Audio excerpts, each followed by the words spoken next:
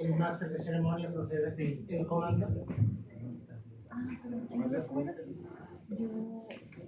Como que, no, pues es que hablaba de la música y entonces uno tiene que como que, a ver, ¿Qué tal? Buenas tardes. Muchas gracias por hacer el milagro de tener un foro lleno un lunes a las 6 de la tarde. Muchas gracias a todas y todos los asistentes. Pues estamos aquí para la presentación editorial del último show del elegante Joan, de Luis Humberto Croswhite, escritor tijuanense que está en una gira por Guanajuato y que hoy comienza aquí con nuestra ciudad. Nos acompaña también el doctor Felipe Oliver Fuentes, a quien seguramente conocen. Y bueno, voy a leer unas breves semblanzas de ambos y ya les cedo la palabra para presentar el libro, que por cierto está a la venta aquí en esta mesita. Al final o cuando gusten podrán comprar. Bueno, permítanme un segundo.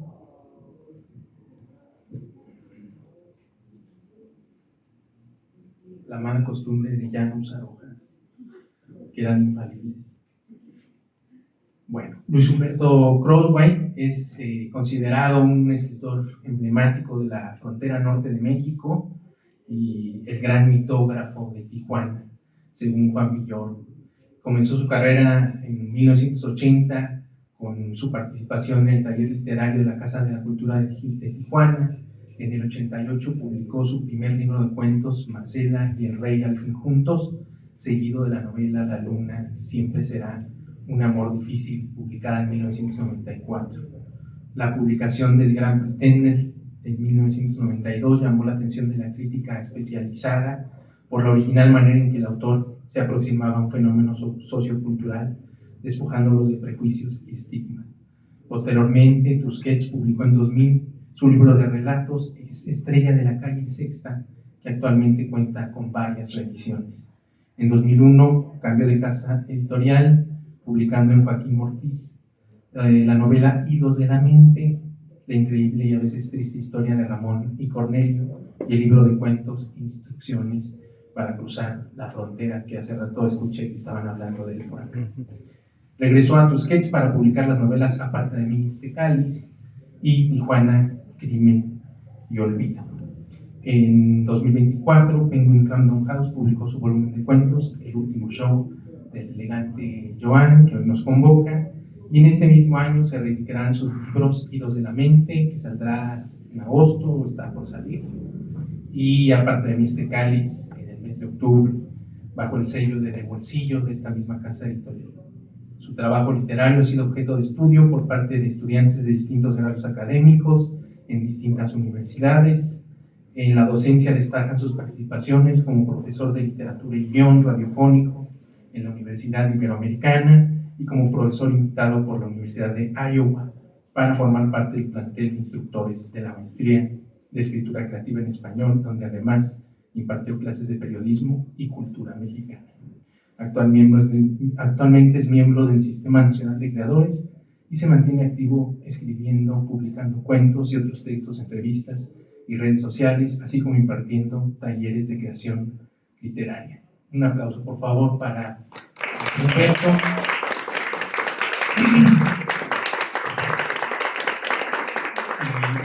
Si no quieren estar de pie, se pueden sentar en las escaleras contra toda regla de seguridad. Y presento a nuestro presentador en una metapresentación que se en otra pantalla. Igual ya lo conocen todos, ¿eh? Pues sí, ya creo que ya lo conocemos. Te presento en menos de un minuto. Felipe Oliver es doctor en literatura por la Pontificia Universidad Católica de Chile. Desde enero de 2011 trabaja como profesor investigador en el Departamento de Letras Hispánicas de nuestra universidad.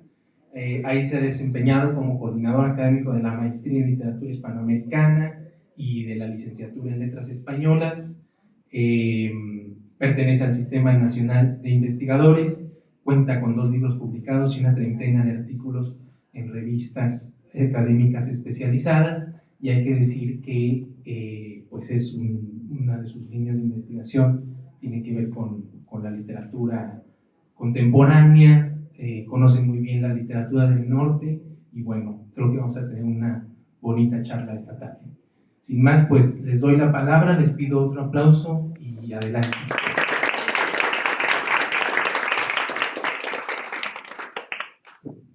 Se me hace que yo no uso micrófono porque yo tiendo a gritar mucho. Luego estoy dando clase y vienen de otros salones a cerrarme la puerta y así, ¿no? Entonces, con micrófono, pues creo que no lo necesito, ¿no? Pues primero que nada, un gusto, Luis Humberto.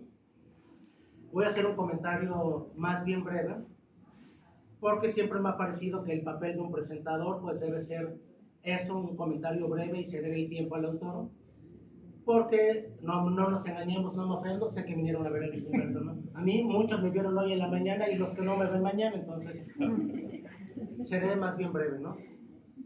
Pues efectivamente, como dice Anuar, yo a Luis Humberto le sigo la pista desde hace varios años, porque mis líneas de investigación van mucho por la literatura del norte, la literatura de la frontera, la literatura del narco, la música, que es indispensable para entender todo el imaginario y la literatura del norte, y pues efectivamente Luis Humberto es el nombre que siempre aparece cuando estás investigando estas líneas. Por eso cuando me dijeron, oye, que viene Luis Humberto, ¿le entras? Ah, bueno. Y aquí estamos, ¿no? Ahora, lo que puedo decir es que antes de conocer el texto y ya tenerlo, pues no tenía la menor idea de cuál Luis Humberto me iba a encontrar. Porque una cosa que creo que lo distingue es que puede cambiar mucho de tono y de registro de un libro a otro. En Nidos de la Mente, por ejemplo, lo que fue el primer texto que yo conocí, un homenaje a la música norteña y un homenaje a la amistad, y es una novela alegre, gozosa, un texto que se va muy rápido y que es, digamos, bastante festivo. En Tijuana, Crimen y Olvido, más bien entramos en un mundo bastante tenebroso, evidentemente por la temática que es la violencia que azota a México desde hace décadas y sobre todo a Tijuana. Entonces ahí es un autor completamente distinto. Entonces cuando yo recibo este libro digo, bueno, vamos a ver a cuál me encuentro hoy, ¿no? Y si les escribo un poco cuál fue mi experiencia, desde que veo aquí la contraportada, ya dije, ay, güey, porque aparece en la foto con una mascarilla de luchador. Generalmente los autores aparecen así mirando el infinito, para que pensemos que siempre están pensando cosas muy chingonotas, o aparecen fumando en pose de James Dean, o con la Torre Eiffel detrás, algo así muy para tirar este nivelito y turismo, ¿no? Pero yo nunca había visto uno que se presente con mascarilla de luchador. Y si además leo la contraportada, bueno, no propiamente la contraportada, la información del autor, Luis Humberto Prosper nació en Tijuana, México, bla, bla, bla, bla, bla, y termina diciendo, es Piscis y cree que las quesadillas siempre deben de llevar queso. Entonces, ya en esta primera impresión dije, ok, se me hace que esto va a tener mucho de humor y mucho de juego, y evidentemente fue lo que ocurrió. De hecho, el texto inicia con una carta en un juego metaficcional, donde los personajes que aparecen en el libro se están inconformando con Luis Humberto de que los hizo trabajar horas extras, o no les gustó en función de lo que originalmente iban a hacer esos personajes en el texto, versus lo que acabaron haciendo, no les pareció, y bueno, quedamos en eso, ¿no? Y claro, esto pues a mí de inmediato me remite a una serie de textos en donde aparece esta idea del personaje confrontando al autor. Pirandello, obviamente, la referencia más famosa, la propia Niebla de Unamuno.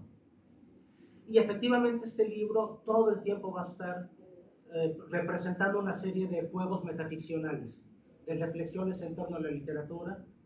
De hecho, en un relato aparece el propio Luis Humberto como personaje de cerillito en el súper, ahí empaquetándote la compra, ¿no? Y unos morros lo reconocen, güey, es Luis Humberto. No, ¿cómo crees? No, sí es. Y dice, bueno, es que a lo mejor su siguiente novela es de cerillitos y como actor de método está bien. Y sí, tal cual, ¿no? Este es un texto bastante divertido, bastante lúdico, bastante lleno de juegos y lleno de clichés deliberados, utilizados con una conciencia muy clara de generar un efecto paródico, de generar un efecto cómico y muy bien resuelto. Obviamente, pues no me voy a detener en todos los relatos, pero por ejemplo el primero, yo muy estricto, muy bien, muy disciplinado lo leí así en orden, ¿no? Poesía Shaolin.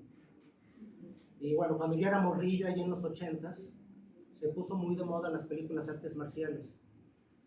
Y claro, había estas grandes cadenas como Videocentro, que luego las desapareció Blockbuster, pero sobre todo había muchos negocitos que a lo mejor en una casa una persona ahí en su garage ponía sus mamparas, sus anaqueles, y ahí rentaba películas, y estaban muy de moda las artes marciales, ninjas, karate, taekwondo, todas las disciplinas, y efectivamente había unas películas chinas espantosas que siempre llevaban el título Shaolin, ¿no?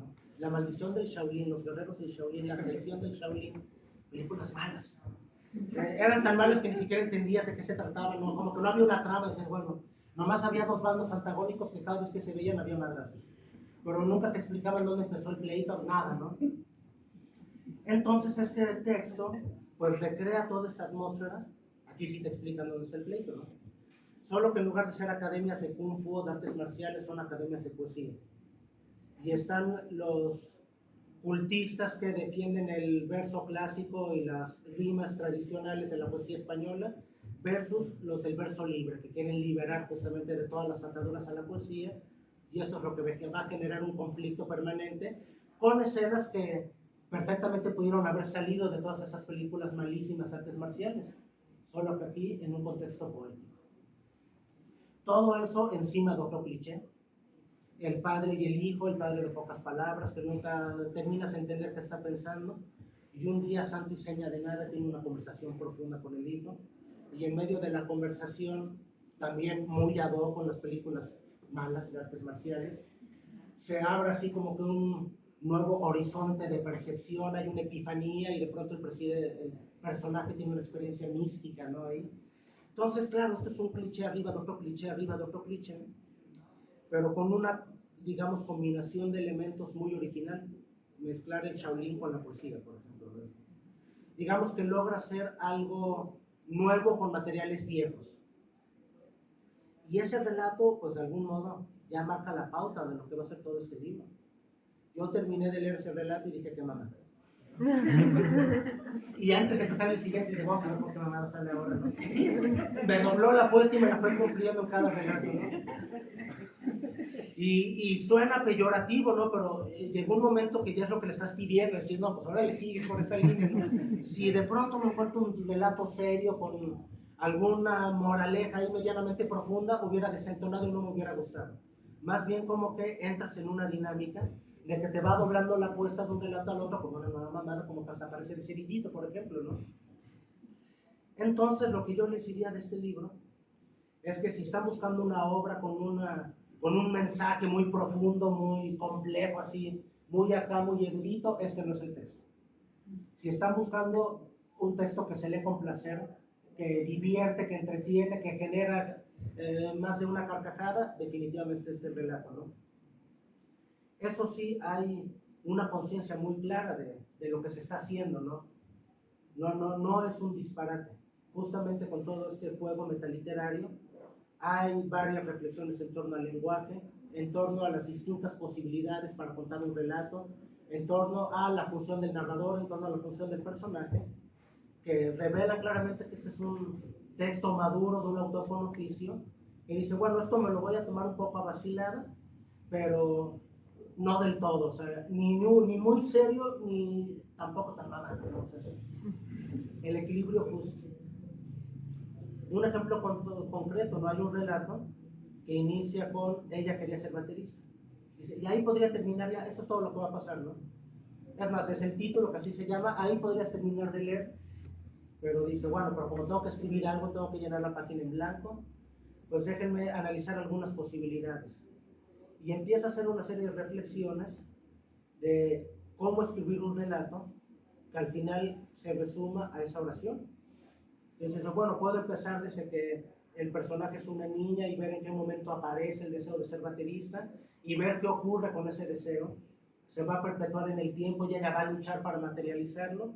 O puedo empezar cuando el personaje ya es adulto y recuerda cuando alguna vez quiso ser baterista, ver si se materializó, si es una historia de fracaso, porque no se logró el sueño, si es una historia de éxito, porque sí se concretó, si fue un deseo persistente, si fue un deseo efímero, y entonces sin relatar verdaderamente la historia, únicamente presentando las distintas posibilidades que podría tener, sí demuestra cómo hay algo bastante pensado y razonado detrás del oficio del escritor, cómo cada decisión cuenta. Si estamos hablando de metaliteratura, pues aquí me fue imposible no dejar de pensar en Borges, con El jardín de los senderos que se bifurcan, donde ahí aparece un personaje que está escribiendo un relato en donde cada decisión tomada no necesariamente clausura los posibles escenarios que hubiesen ocurrido si hubiera decidido de otra manera. Es decir, donde el personaje viene a presentar el libro y otro donde no viene a presentar el libro y qué pasa en cada caso, ¿no? Y es un poco lo que está haciendo Luis Humberto en ese relato, ¿no? La síntesis de todo es, quería ser baterista. Ahora, ¿qué tipo de relato tenemos si empiezo acá o si empiezo allá, si lo abordo desde este enfoque, si lo abordo desde este otro? Y esa es una permanente en los juegos metaficcionales que aparecen en este libro. Entonces sí es vacilada, es mamada, pero también es oficio, también es un ejercicio muy consciente de lo que está haciendo, ¿no? Incluso hasta del cuerpo de la escritura. Hay por momentos dibujos, por momentos cambia la tipografía, y obviamente eso forma parte del texto, forma parte del sentido. El hecho de, bueno, ¿qué quiere decir que cambie la tipografía? Hay un verso que aparece escrito en espiral, entonces hay que o mover la cabeza o mover el libro a leer ese verso, ¿no? Entonces también hay una reflexión respecto, digamos, al cuerpo, a la materialidad de la escritura, que sí, no se toma muy en serio que aparece a manera de juego, pero que denota que es un ejercicio consciente de un escritor ya con recorrido que, pues sí, se lo está tomando a vacilada, pero una vacilada, digamos, consciente. E incluso así como para que me crean, ¿no? Al final, lo último, dice manuscrito hallado en un rollo de papel. Y abajo, inexorable postdata que usted puede leer o no. Y de hecho, literalmente, es una escritura sobre hojas de papel de baño que se ve que fueron escaneadas, pero empieza con un par de líneas que de algún modo resume todo el libro. Dice, no importa quién lee esta chingadera. No importa si me alcanza el papel para escribirlo todo. No importa si se rompe con mis palabras, que son muchas y están llenas de injuria. No importa que alguien llegue ahorita y toque la puerta y me la raye, porque no pienso apurarme, ¿no? Entonces, no importa quién lee esta chingadera. Entonces sí, luego descubrimos, pues es un hombre despechado que lo dejó la novia, que le está escribiendo una gran mentada de madre en el rollo de papel de baño, pero creo que también podría ser perfectamente para el lector. Decirle, mira, esto puedes leerlo o no, y la siguiente página no importa quién esta chingadera, ¿no? Entonces redondea toda esa concepción bastante humorística y metaliteraria que tiene todo este libro, en donde te cumple la promesa que de un relato al otro hay una nueva mamada, ¿no? Por lo tanto, ya para finalizar, ampliamente recomendado, ¿no? Salvo que estén buscando, no sé, la montaña mágica, donde va a haber ahí un cúmulo de verdades profundas, una detrás de otra durante 800 páginas, esta nomás tiene 200. Bien. Pero si quieren verdaderamente disfrutar de una lectura que se va muy rápido, que divierte, que entretiene, que recupera esa función que también tiene la literatura, que es sencillamente generar un placer en la lectura, 100% recomendado. Y con esto yo concluyo mi comentario. Nice.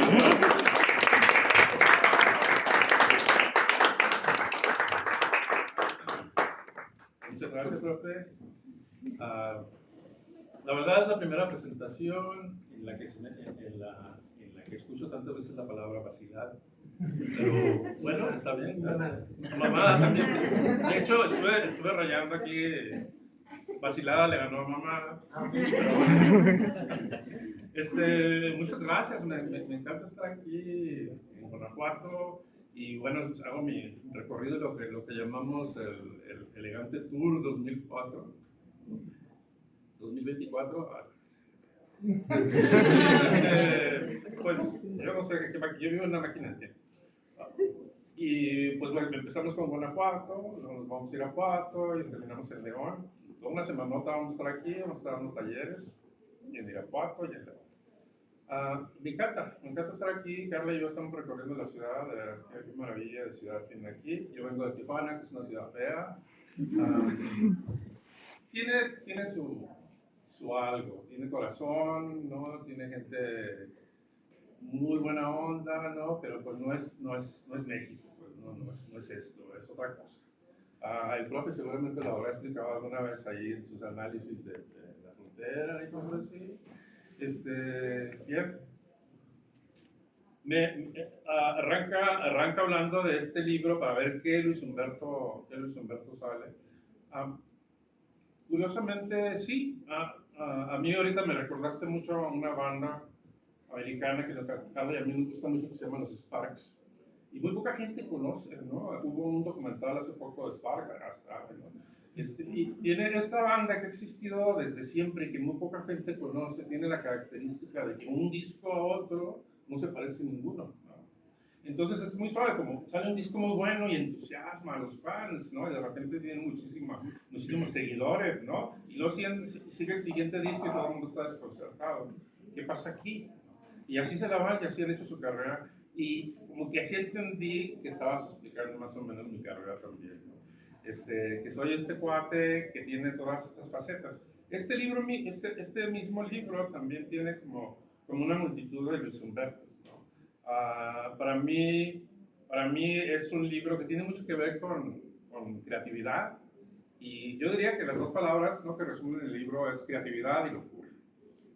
Y muchas veces la locura que surge de la creatividad. La gente, los personajes siempre están creando algo, ¿no? Muchas veces es con conocimiento de causa. Uno de los primeros cuentos es sobre un joven escritor que sabe que está escribiendo la obra máxima de la literatura en español, ¿no? La termina, la escribe y luego no sabe qué hacer con ella. Pero finalmente se encuentra pues una editora, ¿no?, que finalmente tiene fe y cree también y tiene esta locura, ¿no?, de quererlo publicar, ¿no? Entonces la aventura de un escritor que quiere publicar su obra y quién sabe si se logra, como si no llega a ese punto. Tenemos también a un chavo que todo el cuento está pensando que quiere escribir un corrido, y básicamente es un corrido tumbado, ¿no? Y todo el rato está pensando como en los versos que le quiere agregar, ¿no? Lleva a sus hermanos a la escuela, ¿no? Y todo esto se confronta con su propio barrio, ¿no? El barrio donde vive, que vive en un barrio violento. Y también, pues, hacia dónde lleva su creatividad, hacia dónde va, ¿no? Y hacia dónde va la locura. Hay un cuento aquí en donde típicamente los cuentos no saben uno exactamente si lo que está pasando o no está pasando. Es una característica del libro en general. El cuento que le da, claro. sí, Joan, me escribieron ayer que si se refería a Joan Manuel Serrat, y no, ¿verdad? Joan Manuel Serrat. Sebastián. Sí, el elegante Joan se refiere a Joan Sebastián. Y se trata de un cuate que está en un restaurante, y es un imitador de Joan Sebastián, ¿no? Se acomoda todos los días, está dando una tocada para los comensales en el restaurante, ¿no? Entonces lo que pasa es que en todos estos cuentos no sabemos exactamente qué tanto es real, ¿no?, y qué tanto es otra realidad, ¿no? Porque yo no digo realidad fantasía, ¿no?, sino que digo realidad alternativa. Son un poco como los personajes que nos encontramos a veces en la calle que van hablando solos, ¿no? Pero ahora no sabemos si están hablando por teléfono porque igual están conectados. Pero vemos gente que habla sola o que duerme en la calle, y ellos se pelean con sus propios demonios o los disfrutan, ¿sí? Y son eso justamente, están simplemente viviendo su realidad alternativa. Y muchos personajes en este libro, pues es justamente la realidad alternativa que escogen responde a la otra realidad. A lo mejor la otra realidad no es tan grata, ¿no? Y esta realidad que se parece a la nuestra, pues no, a lo mejor no me siento bien en esas circunstancias, ¿no? Entonces opto por la realidad alternativa, que para nosotros sería como un mundo de fantasía, para ellos simplemente es otra realidad. Y esa es como la característica de esos cuentos vacilones, que no facilones, ¿no? Y Yo quería desde un principio escribir un libro que tuviera que ver con la creatividad, vista también desde un punto de vista propio, pues, ¿no? O sea, yo mismo tengo esta locura, yo mismo tengo la creatividad, ¿no?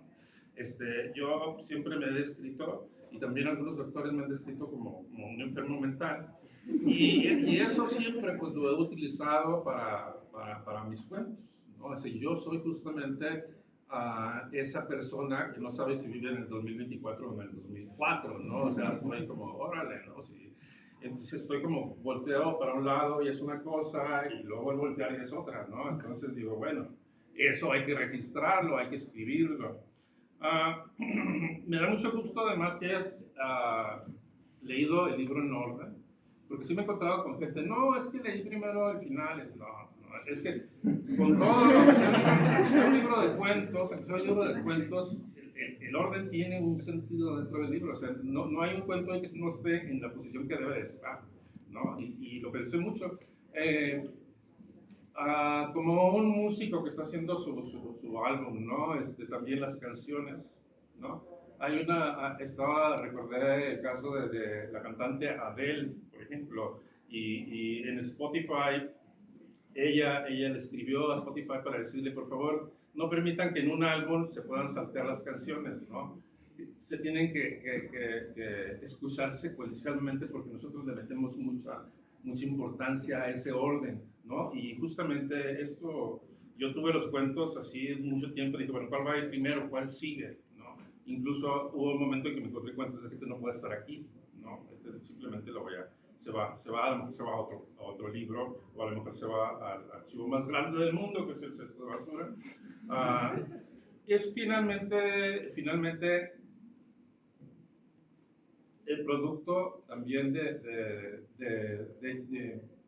yo escuchando voces, ¿no? Porque, bueno, escucho voces, y afortunadamente son voces benignas, ¿no? Y son las voces, sí, no me dicen, ve y mata a la gente, ¿no? Pero me dicen lo que hacen ellos es que, y esto lo noto, por ejemplo, cuando estaba escribiendo Oídos de la Mente. De repente me estaba bañando y empiezo a escuchar a estos personajes que se llaman Ramón y Cornelio y están cotorreando entre ellos y no tienen ya nada que ver conmigo. Francamente, ellos están hablando por encima de mí como si yo no existiera. Entonces dije, bueno, si eso ya me sucede, ¿por qué no retratarlo en el propio libro, ¿no? Entonces dije, es personajes que tienen su propia vida más allá del autor. Y por eso este libro pues empieza con una carta, digamos, molesta, ¿no? Es una carta básicamente de denuncia en donde los personajes del libro, ¿sí?, se quejan del autor, del tal Luis Humberto Crosby, ¿no?, diciendo que no les pagó sus horas extras, ¿no?, que ellos hicieron todo lo que podían hacer y finalmente trabajaron demasiado y este señor disque escritor no hizo nada por entenderlos a ellos, incluso les cambió de género, el baterista era niño originalmente, se convierte en niña, y dice, eso no se vale, ¿no? Eso no se vale, ¿cómo nos hacen a nosotros eso? ¿No? Y la firman, y las firmas están ahí, ¿no? Sí, está la firma del elegante, está la firma de todos los están ahí, de todos los personajes, ¿no?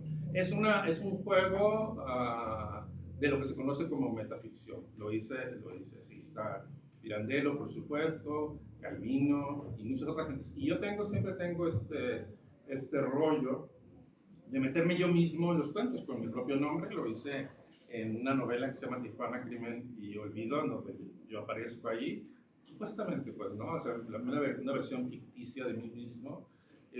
Aquí aparezco esto de que dicen que es un cerillito, pero yo lo que creo es que hay unos estudiantes que van a un supermercado y uno de ellos se encuentra y dice, ay, güey, ese roco que está guardando cosas se parece a Luis Humberto Crosby, ¿no? Y lo primero que hace cualquier joven en esas circunstancias es que le habla a su amiga, ¿no? Y le dice, mira, tú me le mando una foto, mira, güey, ¿quién es? ¿No? Pues o sea, no sabe quién es, ¿no? Es un cerillito, ¿no? Pero le dice, no, es tu escritor favorito, es Luis Humberto Crosby, ¿no? Entonces, ¿a poco, no? Entonces, el siguiente día van los dos a ver si es cierto. La onda de que este señor, que supuestamente es Luis Humberto Crosby, es que le saca mucho de onda cuando lo confrontan. oiga señor, usted es Luis Humberto Crosby y el señor que está guardando las cosas, pues así como que se siente cohibido, ¿no? O sea, no quiere ni contestar, no quiere decir nada, no responder. Alguna bronca tendrá, ¿no? Que bueno, tú interpretaste que en realidad sí era Luis Humberto Crosby, pero podemos decir que... Tú dime, hablas ese cerillito, ¿no? ¿Eh? Quizás no lo era, ¿no? Quizás no era, ¿no? Esa es la cosa, pues, porque es el juego siempre, ¿no? De que si un personaje se llama Luis Humberto Crosby, no necesariamente va a ser la persona Luis Humberto Crosby, ¿no? Entonces ese, le digo, es el juego de las realidades alternativas. ¿Qué más? Pero ahorita que mencionaste que le cambiaste de género a la baterista que era niño, también aquí hay algo bastante interesante. Un relato empieza con un dramatis personae, como si fuese teatro, explicando quiénes van a intervenir, y dice narrador, persona de género no binario omnisciente. Y luego dice el lector, y dice, a pesar de la heteronormatividad lingüística que dicta el uso del masculino para referirse a la totalidad, se trata de una persona de edad y género indeterminado que sigue con la vista el discurso y las acciones de los personajes. O sea, usted. Y claro, obviamente, ahorita estamos obligados a la hora de utilizar el lenguaje en hacer muy consciente cómo conjugamos los verbos en función del género, cuando esa preocupación lingüística no existía hace 20 años. Que además conduce a muchos equívocos.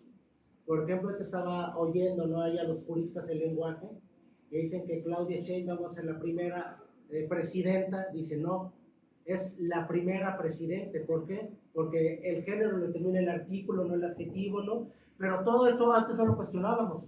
Era presidenta o presidente o él o la, y ahorita ya hay que volver consciente de todo eso. Entonces, claro, Luis Humberto dice el lector y, perdón, digo, aquí aparece el masculino, pero pues si usted es mujer, es lector, no hay pedo, ¿no? Entonces, esa es otra manera de hacer consciente el lenguaje, claro, ¿no? Esa es una manera justamente de hacerlo. Pero la idea era justamente cuando ya estaba escribiendo tantas veces la palabra narrador, dije, bueno, ¿qué me estoy refiriendo? ¿Este narrador realmente tiene género? ¿Es un hombre o una mujer? ¿No? Y no nada más porque el escritor es hombre, el narrador, porque el narrador mismo no está ofreciendo una postura, o sea, no está ofreciendo una postura psicológica de hombre ni de mujer, simplemente está mostrando la historia misma, la está poniendo delante de ustedes, ¿no? Entonces, ¿es él o es la? ¿No? Es una función sin género, digamos, ¿no? Eso, entonces yo dije, bueno, lo voy a aclarar para que parezca que soy consciente de eso, parezca, porque a lo mejor no soy, pero ahí está. Claro. O incluso la carta con la que inicia los personajes rayándoselas y empieza con al lector, lectora, lectore. Ahí concediendo justamente, ¿no? Esa nueva conjugación N justamente para cobrar conciencia de las implicaciones detrás del lenguaje, ¿no? Sí, y es una cosa además, bueno, con todo el que te parece que es un libro muy distinto, yo veo como muchos vínculos comunes con las historias que he escrito anteriormente. Poesía, música. Sí, claro, además, pero fuera de eso, simplemente también el uso de la metaficción, digamos que ahora dice, me declaré metaficcionario, antes era de closet y finalmente me salí, ¿no? Para declararlo abiertamente. Tengo, por ejemplo, Luis Humberto aparece en un cuento que se llama Blues Presidenciales, ¿no? En donde Luis Humberto dice que nació el 28 de febrero, de lo que nací más o menos, pero de lo que nací más bien como en San Pablo Gelatao, y lo que empiezo a contar en la historia es la historia básicamente de Benito Juárez, ¿no? Pero digo, pero es Luis Humberto, ¿no? Que está ahí, y cualquiera que haya pasado por primaria y sepa lo de San Pablo en Oaxaca, y sepa que Benito Juárez era pastorcito, ¿no? Y si no sabes nada de eso, no vas a entender nada, ¿no? Como que sí tiene que haber una especie de bagaje mínimo, ¿no? Sí. O sea, por ejemplo, se puede leer sin que te guste la música de Joan Sebastián. Pero por ejemplo, en Shaolin sí hay que conocer ese referente de películas asiáticas malísimas, ¿no? Sí, bueno, lo que sucede con Poesía Shaolin es que yo sí soy fan de las películas malas. A mí me encantan las películas malas, sí, cierto, son malas, ¿no? Pero son tan malas que son buenas, ¿no? Y siempre como que hay un juego del alumno que quiere tener su maestro, ¿no? Es que en las películas chinas se le conoce como Shifu.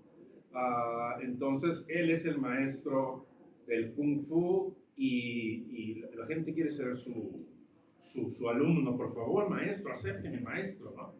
Y eso es justamente lo que sucede acá, nomás que son maestros de poesía, ¿no? Y en esto, y acaba con el duelo típico de este tipo de películas, acaban como las películas de vaqueros, que siempre aquel mal acaban, ¿no? Y eso se pelean a golpes. Sin embargo, en mi libro se pelean a poesiazos, no a poesiazos, ¿no? Entonces agarran un poema y se lo lanzan, ¿no?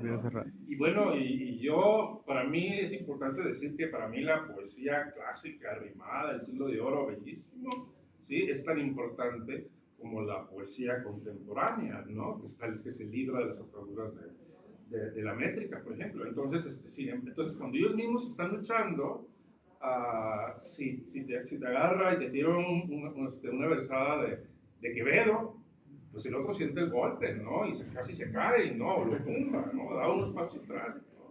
Y yo, voy a agarrar y te voy a tirar este remolino de Pablo Neruda en respuesta, ¿no? Y el otro también así como que dice, ¿no? Y finalmente, no hay un ganador propiamente dicho, ¿no? No hay un ganador propiamente dicho porque pues, son estos dos grandes, para mí, monumentos poéticos, ¿no? Enfrentándose, como a mí me hubiera gustado que se enfrentaran, ¿no? Que es así, que tiraran un poemazo, ¿no? Entonces, a mí no me pareció que fuera tan original esa idea. Barcelona, estoy de acuerdo contigo, sí, Barcelona.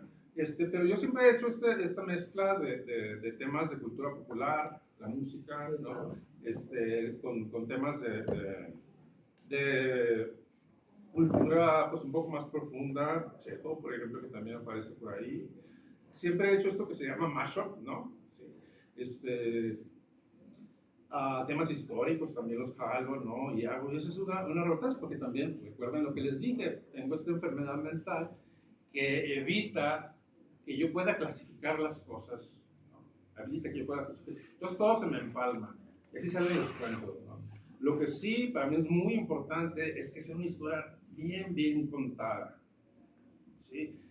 Una historia que el lector, si no por los referentes, pues puede entender lo que está sucediendo, ¿no? Y es una cosa a la que yo me estaba dedicando en los últimos 25 años que he sido tallerista, dando talleres de cuento, talleres de creación literaria, ¿no? En donde me enfoco, ¿no? Entonces ahora vamos a empezar bien con este cuento, lo vamos a terminar acá, el final es muy relevante, estos finales son digamos, una evolución en mi propia forma de ver cómo se debe narrar un cuento, ¿sí? Y para mí era muy importante además que fueran cuentos, porque el cuento como que es como el patito feo de los géneros actualmente, o será el teatro. ¿El teatro? Okay. Bueno, la cosa es que yo siento que es nuestro género en Latinoamérica. Sí, es el gran género literario de Latinoamérica y a mí me da mucho coraje que como que lo hagan a un lado, ¿no? Y si se hace a un lado, tiene mucho que ver con